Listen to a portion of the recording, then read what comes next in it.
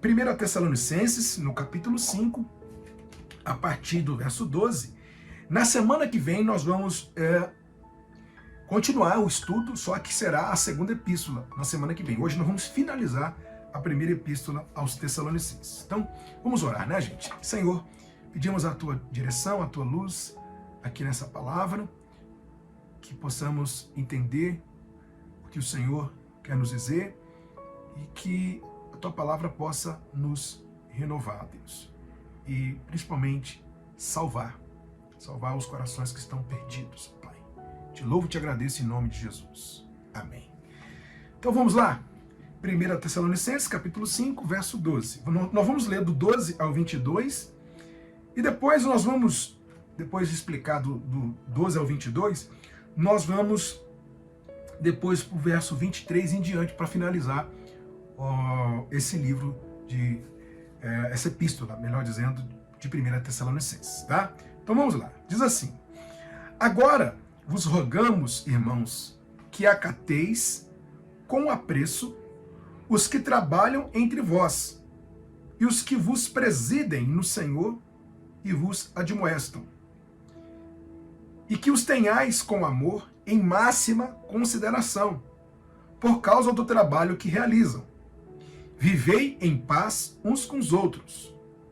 Exortamo-vos também, irmãos, a que admoesteis os insubmissos, consoleis os desanimados, ampareis os fracos e sejais longânimos para com todos. Evitai que alguém retribua a outrem mal por mal.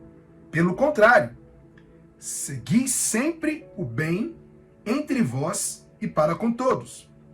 Regozijai-vos sempre. Orai sem cessar. Em tudo dai graças, porque esta é a vontade de Deus em Cristo Jesus para convosco. Não apagueis o espírito, não desprezeis as profecias. Julgai todas as coisas, retende o que é bom, abstende-vos de toda forma de mal. Bom, nós vamos parar aqui no verso 22, depois da interpretação correta nesse texto, nós vamos continuar no verso 23. Então, vamos voltar lá em 1 Tessalonicenses, capítulo 5, no verso 12. Vamos no verso 12 novamente. O apóstolo Paulo diz: agora vos rogamos, irmãos, que acateis com apreço os que trabalham entre vós, e os que vos presidem no Senhor e vos admoestam. Deixa eu colocar a explicação para você entender esse versículo. Diz assim: as pessoas devem literalmente conhecer os seus pastores suficientemente bem para ter uma apreciação particular por eles e respeitá-los pelo seu valor. O trabalho do pastor é resumido numa descrição tripla, a saber, primeiro, labutar, trabalhar; segundo, presidir, literalmente, permanecer à frente do rebanho para conduzi-lo pelo caminho da justiça; terceiro, admoestar, ensinando as verdades a respeito da palavra de Deus. Olha que interessante. O apóstolo Paulo, ele falando da importância das pessoas valorizarem os seus pastores, aqueles que cuidam verdadeiramente do rebanho, aqueles que dão a vida, aqueles que trabalham, aqueles que ensinam, né? Eu sei que existem aí os falsos mestres, os falsos profetas, mas, gente, tem muitos pastores de Deus espalhados aqui no Brasil e no mundo. Homens que realmente têm a vocação, homens que realmente nasceram de Deus, homens que realmente estão aptos para ensinar, preparados para ensinar. Então, esses pastores, sim, devem sim ser valorizados, né? Você vê que o apóstolo Paulo, ele fala do relacionamento do pastor com a ovelha. É importante a ovelha conhecer o pastor, né? Ter afetividade, isso é muito importante. A gente vê isso no trabalho do apóstolo Paulo, né? Uma certa vez, ele despedindo de uma igreja, me fugiu aqui qual, né? A Bíblia diz, está em Atos capítulo 20, né?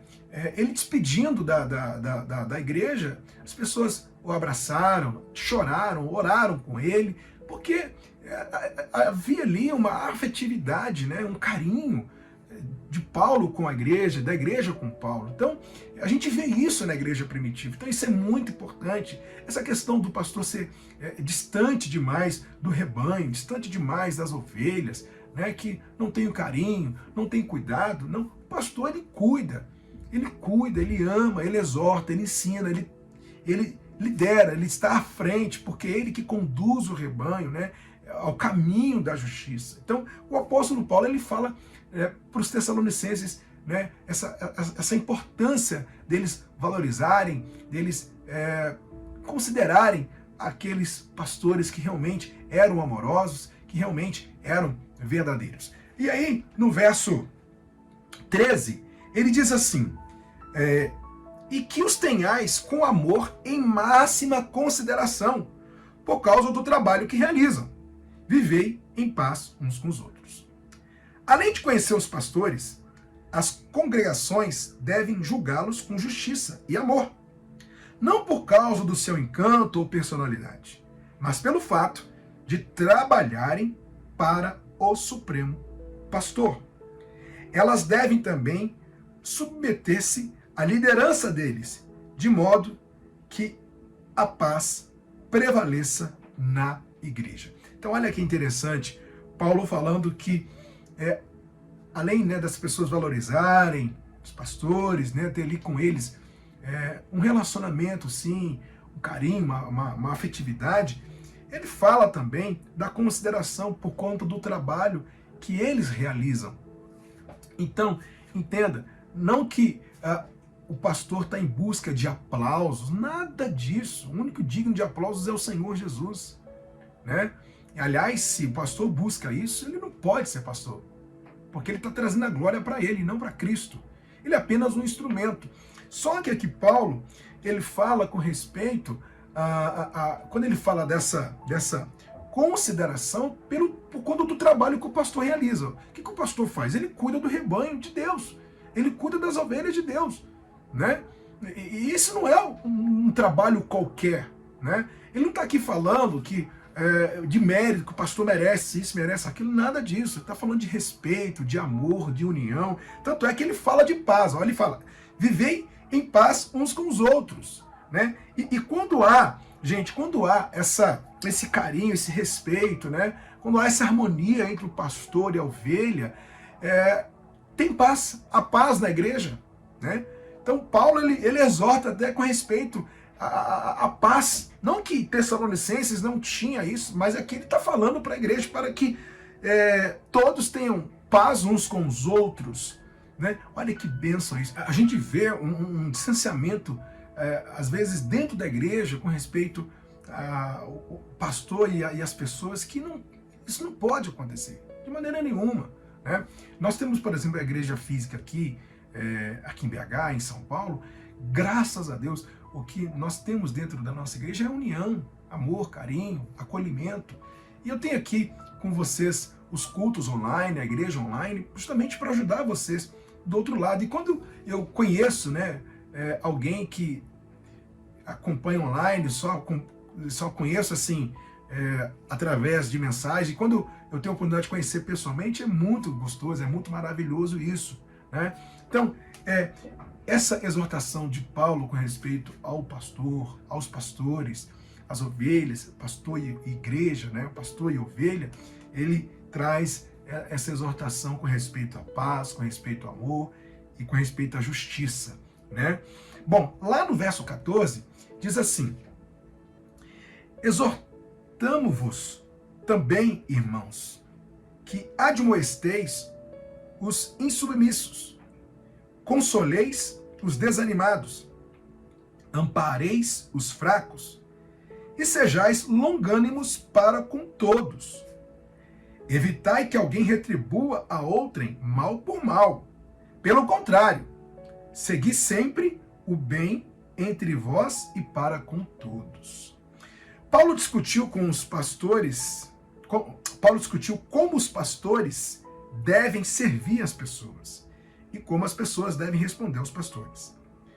Nesses versículos, ele diz como as pessoas devem tratar umas às outras na comunhão da igreja. Então, nós temos aqui o verso 14 e 15, Paulo fala né, de como o pastor tem que tratar as pessoas e como as pessoas devem responder ao pastor, né? Já nessa época, gente, é importante frisar isso, já haviam problemas dentro das igrejas, principalmente a igreja de Corinto, que era uma igreja muito problemática, né? Então hoje as pessoas, eu quero uma igreja ideal, vamos aproveitar aqui o estudo, né? Eu quero uma igreja ideal, mas o que é para você uma igreja ideal? Uma igreja que não tenha problemas? Essa igreja não existe, porque toda igreja é imperfeita. Não existe igreja perfeita. A única igreja perfeita é a igreja da glória. Essa é perfeita, né? Agora, a igreja aqui na Terra não há igreja perfeita. Todas são imperfeitas porque todas as pessoas que estão em Cristo, dentro das igrejas, elas são imperfeitas. Então a igreja é composta por pessoas imperfeitas. Então, se há imperfeição, obviamente, haverão erros, falhas e por aí vai, né? Então, já nessa época, já existia, já tinha problema, né? Já tinha várias questões, né, chatas, né, que Paulo tinha que resolver, tinha que exortar, já naquela época, que dirá nos dias de hoje, né? E aí, ele fala sobre os insubmissos, os desanimados e os fracos, né? Primeiro vamos falar sobre os insubmissos. Diz assim, devem ser admoestados e ensinados para que voltem para o caminho certo. Então, insubmissos são aquelas pessoas que têm dificuldade em submeter, em seguir, né, a sã doutrina que está dentro da igreja. Essas pessoas, elas devem ser exortadas e ensinadas, tá? Então, qual a função do pastor quando existe alguém assim dentro da igreja insubmisso? Eu não falo, gente, insubmissão com respeito a legalismo, essas coisas eu sou totalmente contra. Eu sou contra a religiosidade, eu sou contra falsas doutrinas, né? Doutrinas inventadas pelo homem, e aí isso acaba sendo peso para quem está dentro da igreja. Eu sou totalmente contra isso. Só que eu também sou contra a insubmissão, né? Se a pessoa está dentro da igreja, faz parte do corpo de Cristo, existe ali uma pessoa direcionada por Deus, que está ali para cuidar, para ensinar. E quando há alguma insubmissão, não é insubmissão com respeito ao pastor, ou não insubmissão, às vezes, com respeito à própria Bíblia, o próprio Deus, ou mesmo a pessoa está sendo insubmissa com respeito às atitudes corretas. E aí, quando isso é identificado, a função do pastor é exortar, é ensinar. Não é, veja bem, não é gritar, não é praguejar, não é lançar maldição, não é nada disso. Você vê que Paulo aqui, ele fala que temos admoestar os insubmissos. Ele não fala que temos que, faz isso, lança maldição, pune com isso. Não, ele fala admoestar, exortar, ensinar. Isso é muito importante, pessoal. Eu sei que hoje existe aí um grande número de pessoas que não querem mais frequentar a igreja, não querem mais saber de igreja, até mesmo das coisas de Deus, por conta que recebeu uma repreensão exagerada, foi exposta diante das pessoas, coisas desse tipo. Eu também não concordo com isso, porque eu acho assim, se o pastor ele tem que ter sabedoria para exortar, para ensinar. Pronto, ensinar no Espírito, ensinar dentro da palavra de Deus. E aí, ele fala também dos desanimados. Diz assim, os desanimados, aqueles que estão com medo ou em dúvida, devem ser consolados para que se tornem destemidos. Então, gente, qual é a nossa função? A função de quem está dentro da igreja também. Se a gente tem percebido um irmão desanimado, alguém desanimado, temos que animar essa pessoa, temos que encorajar essa pessoa. Porque isso acontece, às vezes a pessoa está dentro da igreja, passando por dificuldades, passando por momentos difíceis. Às vezes foi ao culto, mas com o coração muito entristecido, sabe? Então, isso acontece. Paulo fala, né, dos desanimados, e ele fala, né, consoleis os desanimados. Temos que consolar essas pessoas. E isso, gente, isso não é sinônimo de demônio, não, tá? Porque tem gente que acha, fulano está desanimado, está fora do espírito, não está na fé, ou está com demônio, nada disso. Não, todos nós estamos sujeitos a passar por essa fase de desânimo. Todos nós. E aí Deus, na sua infinita misericórdia, envia pessoas, envia gente para nos encorajar, para nos animar. Eu recebo, graças a Deus, eu recebo mensagens de ânimo, de força, semanalmente. Pessoas que não sabem o que se passa em minha vida, mas são usados por Deus como uma palavra de encorajamento, uma palavra de força, de ânimo. Isso é muito importante, pessoal. Então, temos que consolar uns aos outros. Então, se você tem percebido uma pessoa desanimada na igreja, uma pessoa que você conhece, encoraje essa pessoa, anime essa pessoa, console, tá? E se tem alguém aqui desanimado, se você está desanimado, olha, pastor João, eu estou tão desanimado, as coisas para mim têm ido de mal a pior, eu estou vivendo dias difíceis, sabe? Eu estou passando por uma situação muito complicada. Eu quero dizer para você que a força do Senhor está aí no seu coração. Quando nos sentimos fracos, aí é que nos tornamos fortes. Então, creia nisso. Essa fase vai passar, tudo é passageiro, tudo é momentâneo. Tudo é momentâneo. Você não pode achar que isso não vai passar. Não pense assim. Tudo passa.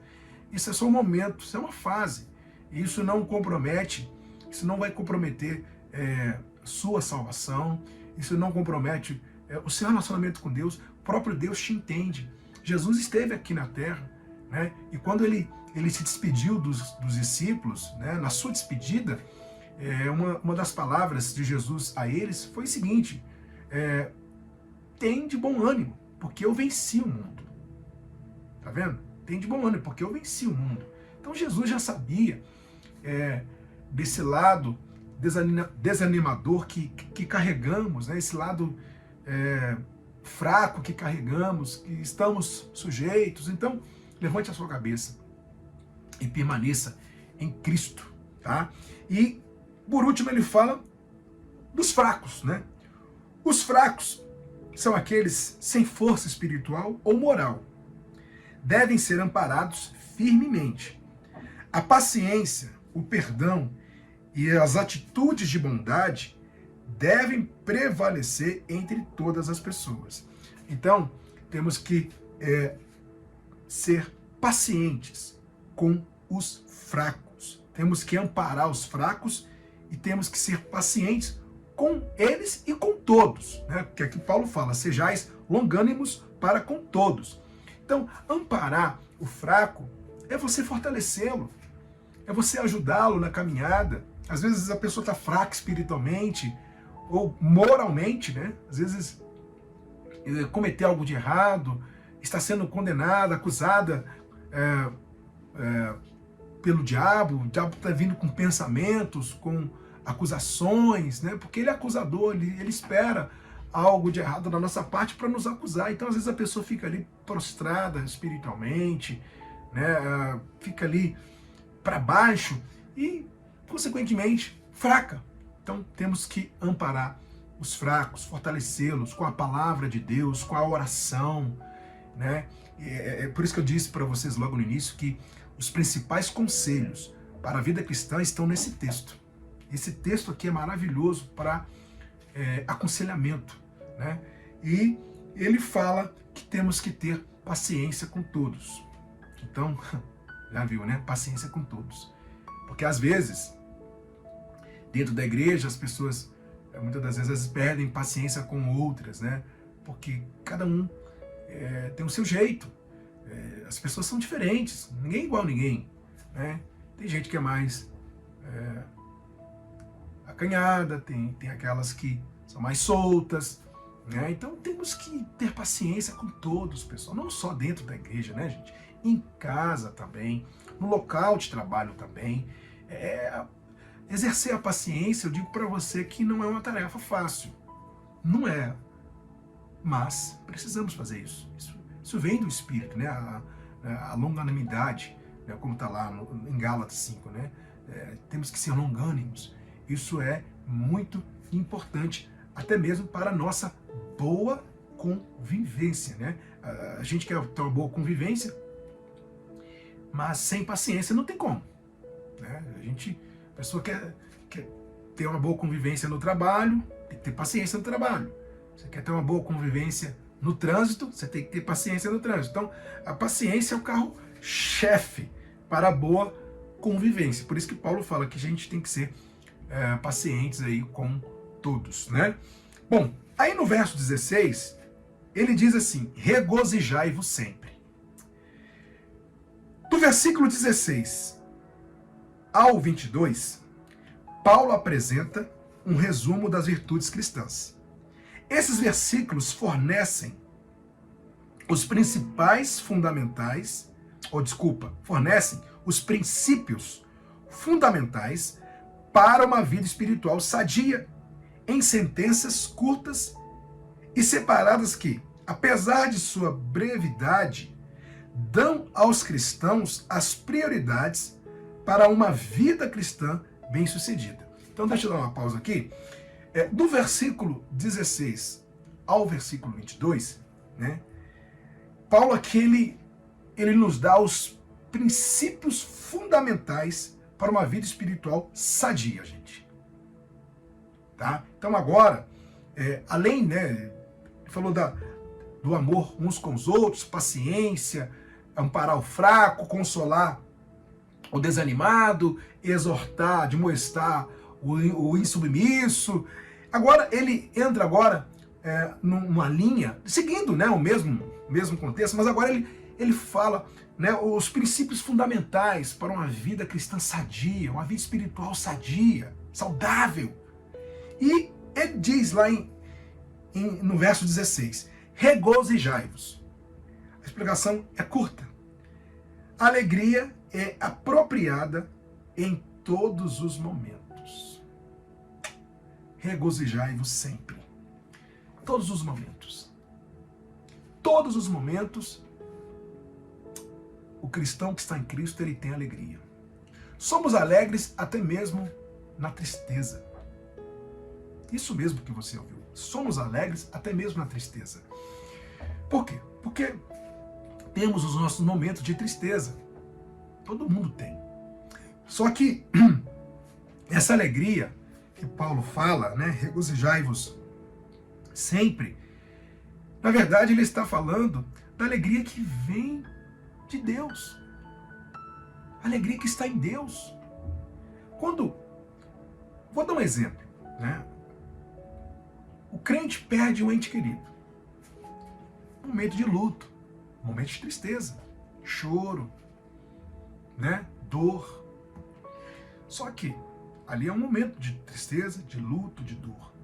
Só que lá no coração do crente, daquele que está em Cristo, existe alegria. Alegria da salvação. Alegria de que eu conheço Jesus. Alegria de saber que Ele me salvou. Alegria de saber que um dia estarei com Ele. Então, essa alegria não sai do nosso coração. Ela permanece. Então, por isso que eu disse, tristes, porém alegres. Né? Nós temos momentos de tristeza, porém, em nós mora a alegria que vem de Deus. Então, regozijai-vos sempre. Sempre. E é uma pessoa que carrega essa alegria no coração dela, ela é feliz, ela é diferente, né? Ela é diferente. O que falta para esse mundo é a alegria que vem de Deus. As pessoas acham que essa alegria está nas coisas, essa alegria está nas pessoas. A alegria está em Deus.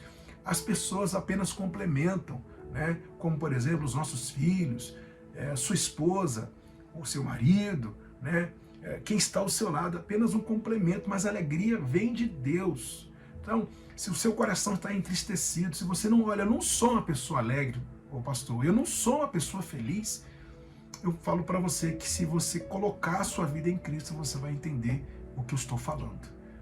Você vai entender o amor, você vai entender a alegria, a felicidade, tudo isso você só vai conseguir ver e entender, ver na sua vida e entender, se você colocar a sua vida nele. Tá? E aí ele fala assim lá no verso 17. Orai sem cessar. O que isso significa? Não significa orar repetida ou continuamente, sem parar, mas orar com persistência e com regularidade. Isso é importante, pessoal. Orar sem cessar não é que você vai orar o tempo todo.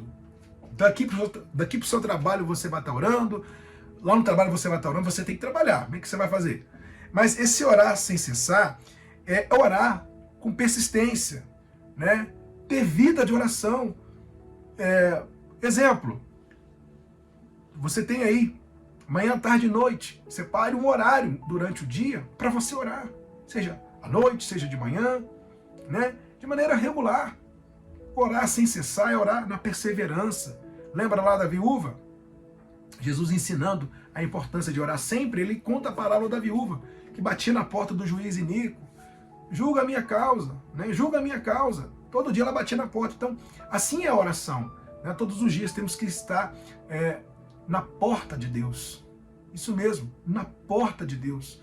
Falando com Ele, orando, colocando os nossos problemas aos pés dele, agradecendo a Ele, exaltando, glorificando a Ele, colocando aos pés dele as nossas preocupações, a nossa ansiedade. Então, orar sem cessar é você orar sempre, sempre. Não é orar o dia inteiro, mas ter vida de oração. Né? E aí lá no verso 18, que inclusive nós lemos esse versículo na abertura do culto, ele diz, em tudo dai graças, porque essa é a vontade de Deus em Cristo Jesus para convosco. A ingratidão é uma característica pessoal dos incrédulos. Esta é a vontade de Deus. Bom, faltou uma partezinha aqui, mas dá para explicar. A ingratidão, gente, ela mora no coração de quem não conhece a Deus. Né? Na verdade, esse lado ingrato, todos nós carregamos. Só que é uma diferença daqueles que estão em Cristo e daqueles que não estão. Quem está em Cristo tem um olhar de gratidão para tudo. Para tudo. Porque se estamos no momento de tristeza, estamos alegres. Se perdemos, estamos alegres. Se sofremos, estamos alegres.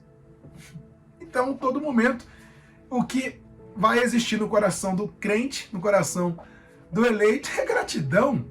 Então, essa é a vontade de Deus, Paulo fala, né? Em tudo dá graças. Deus quer que os seus filhos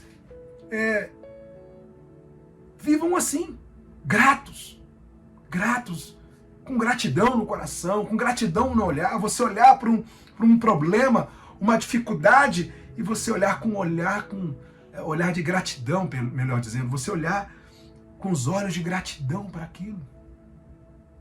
Que isso, mas é um problema. Em tudo dá graças. Nosso Deus é maravilhoso. O melhor não está por vir, o melhor já veio. Então Deus já fez o que tinha que ser feito por nós. A obra já foi feita, gente. Já foi feita. Isso é ser grato. E quem é grato vive melhor. Quem é grato vive melhor. Bom, continuando. Verso 19. Não apagueis o Espírito. O fogo do Espírito de Deus não deve ser abafado pelo pecado. Os cristãos também devem ser instruídos e não entristecer o Espírito Santo. Efésios 4, verso 30 fala sobre isso. Mas a ser controlados por ele. Efésios 5, verso 18. E andar nele. Gálatas 5, verso 16. Então, não apagueis o Espírito. Aqui Paulo faz uma exaltação a respeito ao pecado. Né? Que a gente carrega uma natureza pecaminosa, só que temos que ser controlados pelo Espírito, não pela carne. Então, o pecado vem para abafar o fogo do Espírito. Ele vem para isso. Né? E nós somos instruídos na palavra a não entristecer o Espírito Santo, né? O Espírito Santo mora em nós, ele nos guia, ele nos exorta, ele nos ensina, né? Então, se tem uma coisa que entristece a Deus é o pecado. Por isso que ele colocou o Filho dele na cruz. E mesmo sabendo que nós somos falhos, mesmo sabendo que somos pecadores, né? Mesmo ele sabendo de todas as nossas fraquezas, ele mesmo assim continua nos amando.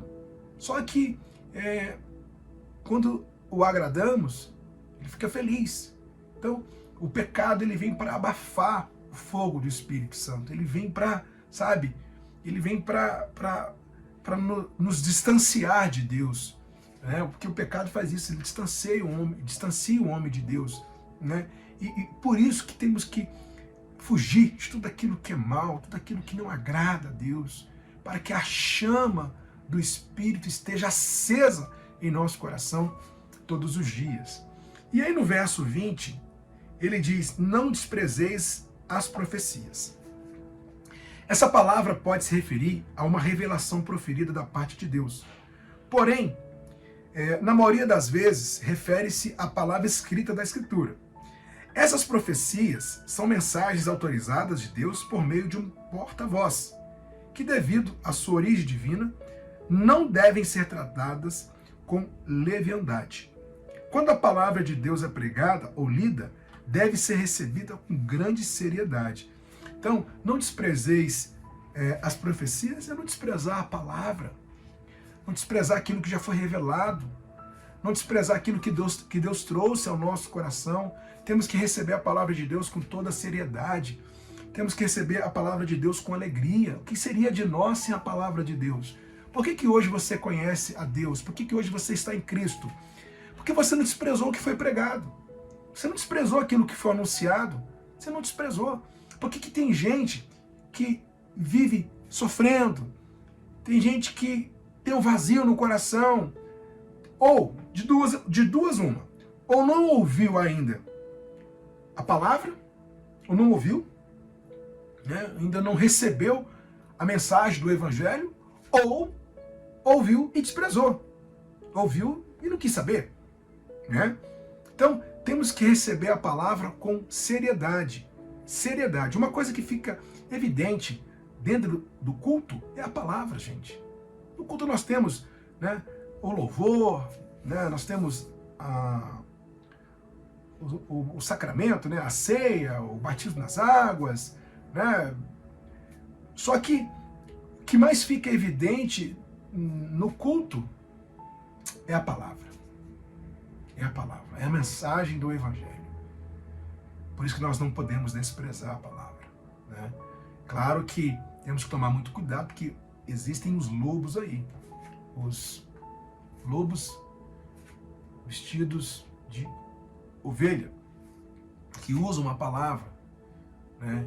Usam a palavra de Deus. Então a gente tem que tomar cuidado. Então eu quero acrescentar aqui nessa palavra, não desprezeis as profecias, né? Receber com seriedade. Nós também a gente tem que filtrar o que a gente ouve, né? E tomar muito cuidado, porque hoje, quando fala que as profecias, é aquilo que já está escrito, gente. Aquilo que já está aqui. Não é uma profecia agora, a profecia que fulano teve agora, não. Quando não desprezeis as profecias, aquilo que já foi entregue, né? Deus entregou aos profetas, Deus entregou aos apóstolos, né? Então, o que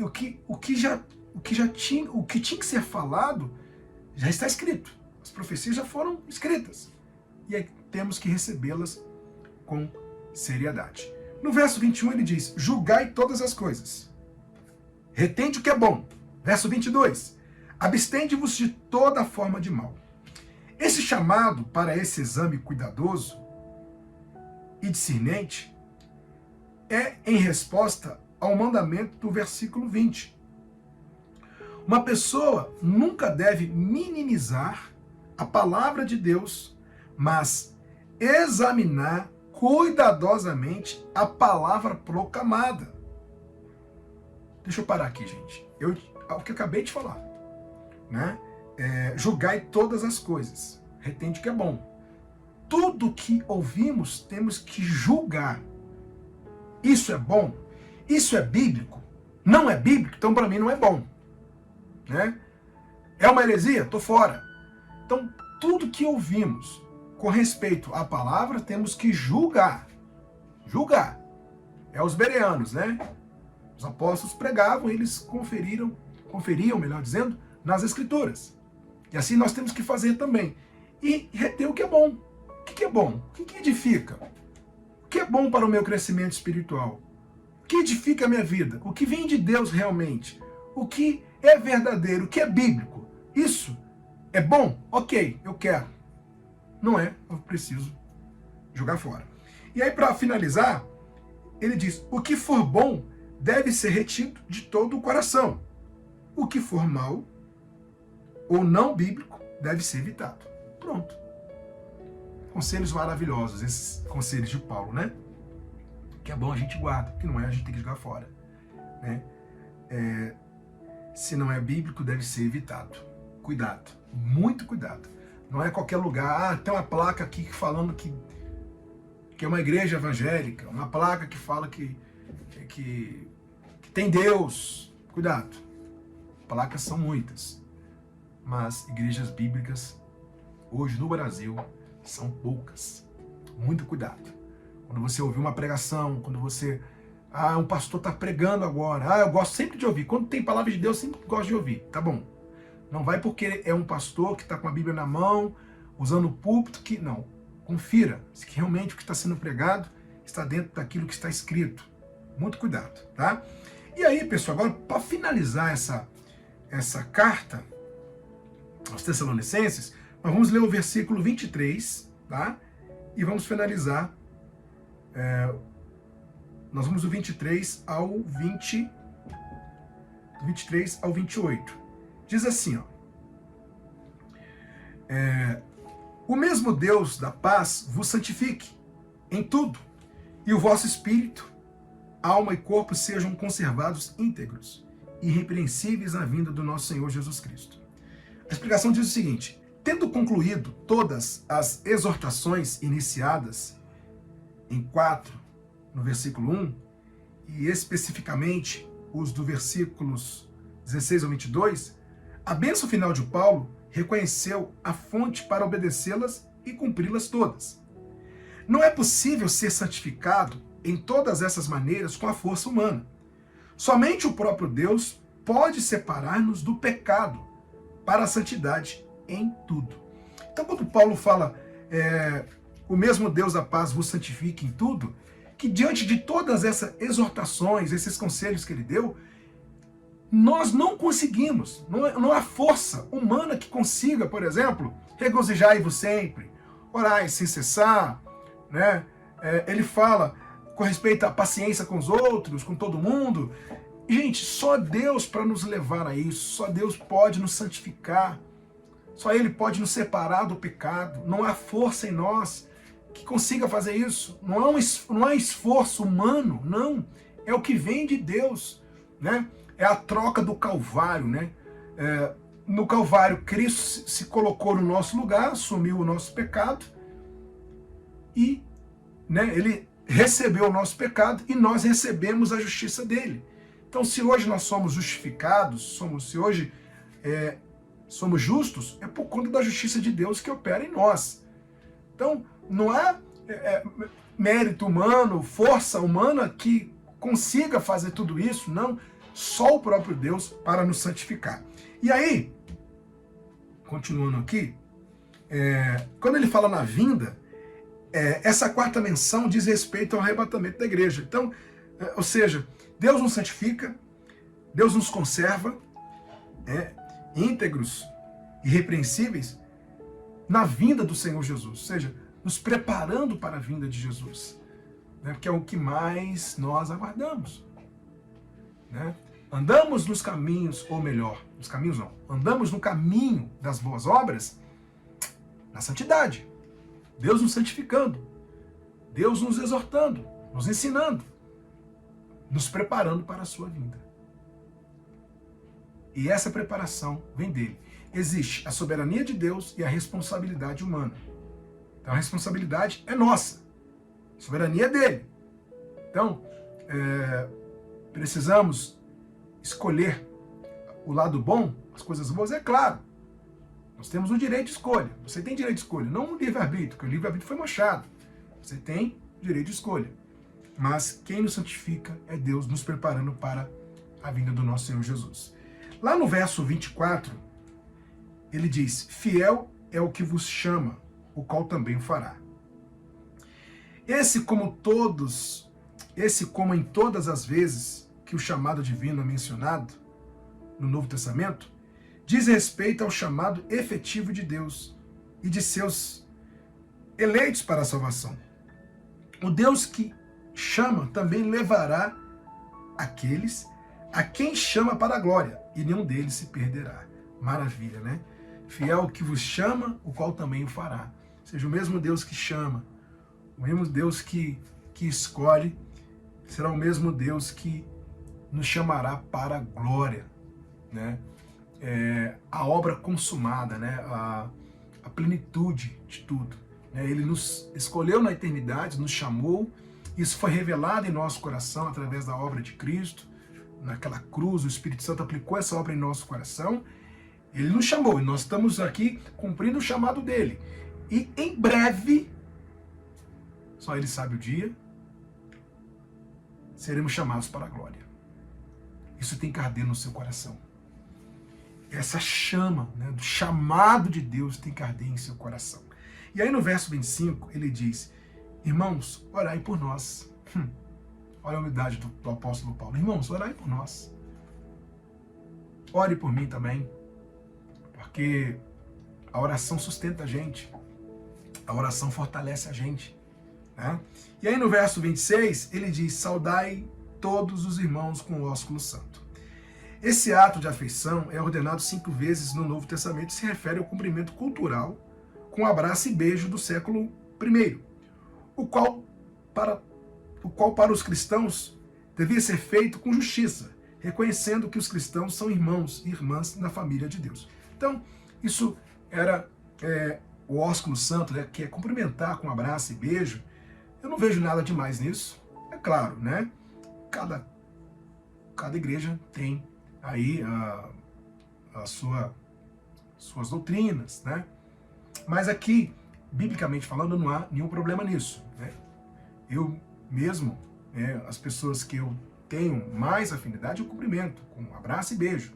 Como você cumprimenta, às vezes, com um abraço e beijo um familiar ou um amigo, né? Mas é claro que nós temos que respeitar as pessoas. Tem gente que não gosta, tem gente que não aceita. Eu já vi alguns casos por aí. Então, eu já vi alguns casos por aí porque eu me lembrei de um caso de que o marido, dentro da igreja, ele não aceitou que uma pessoa, um homem na igreja, cumprimentasse sua esposa com um abraço e beijo. Não aceitou isso. Então a gente, por mais que aqui, biblicamente falando, não tem nenhum problema, né? Esse era o cumprimento, a saudação na igreja, né? Paulo fala, né? Saudai todos com irmãos, com o ósculo santo. Uma maneira de trazer a afetividade, né? Dentro da igreja. Mas a gente tem que saber respeitar. A gente não aceita um abraço, não aceita um beijo, não tem nenhum problema. Importante, gente, é saudar, é cumprimentar, seja com um aperto de mão, seja com um abraço. Eu acho que essa afetividade tem que existir na igreja, independente se vai ser um abraço, com um beijo no rosto ou um aperto de mão, tá? Então, deixando claro aí para vocês esse versículo, porque tem gente que complica quando chega nesse versículo, né? E aí no verso 27, já caminhando para terminar, diz assim: conjuro-vos pelo Senhor que esta epístola seja lida a todos os irmãos.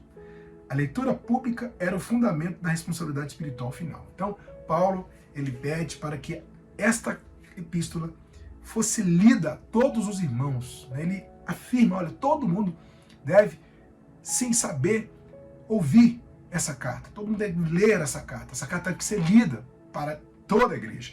E aí no verso 28, para finalizar: a graça de nosso Senhor Jesus Cristo seja convosco. Maravilha, né? Bênção final, que a graça de Jesus esteja sobre todos. Então Paulo finaliza essa carta desejando a graça de Deus sobre o coração dos ouvintes, dos membros da igreja em Tessalônica. E isso fala também ao nosso coração, que a graça de Jesus, ela nos alcançou. E ela está alcançando você se ainda você não foi alcançado. Está falando para você quanto Ele te ama, quanto Ele te deseja, quanto Ele te quer. Os conselhos que nós recebemos aqui hoje foram conselhos extraordinários, que todos eles vêm para edificar, para santificar a nossa vida. Ouça essas palavras, dê ouvidos a essas palavras, não despreze as profecias ou a profecia e pratique, porque essa é a vontade de Deus para nós. Nós vamos aqui orar e quero aqui convidar você também a entregar a sua vida a Jesus, confessá-lo como Senhor e Salvador da sua vida. Tantas coisas foram faladas aqui hoje, tantas coisas, né? Falamos daqueles que estão fracos, desanimados, né? Aqueles que desanimaram da caminhada, aqueles que estão fracos espiritualmente, mas Deus hoje Ele trouxe para nós aqui a palavra para nos encorajar, para nos fortalecer. Então, convido você a fazer isso. Se você já entregou a sua vida a Cristo, você já está nele, maravilha, agradeça Ele por isso, e que você permaneça. E quem ainda não fez isso, você tem a oportunidade de fazer isso agora, tá? Vamos orar. Oh Deus, obrigado por essa palavra. Mais uma vez o Senhor fala ao nosso coração, te louvamos e te agradecemos, oh Pai. Entregamos a nossa vida, o nosso coração em Tuas mãos. Seja exaltado, glorificado, Deus, pois Tu és digno de honra e de glória, Deus. Ó Deus, obrigado por o Senhor nos exortar, nos ensinar. Ah, Deus, peço a Ti que o Senhor venha amparar os que estão fracos, que o Senhor possa, Senhor, levantar, encorajar os desanimados, ó Pai. Oro por aqueles que têm dificuldade de obedecer, de se submeter à Tua palavra, aqueles que estão distantes, ó Deus. Ó Deus, que o Senhor possa também exortá-los, ensiná-los, ó Deus, abrir os olhos do coração dessas pessoas e fazê-las enxergar, ó Deus, o Teu querer, a Tua vontade. Ó Pai, entregamos nosso coração em Tuas mãos. Eu Te louvo e Te agradeço, ó Pai.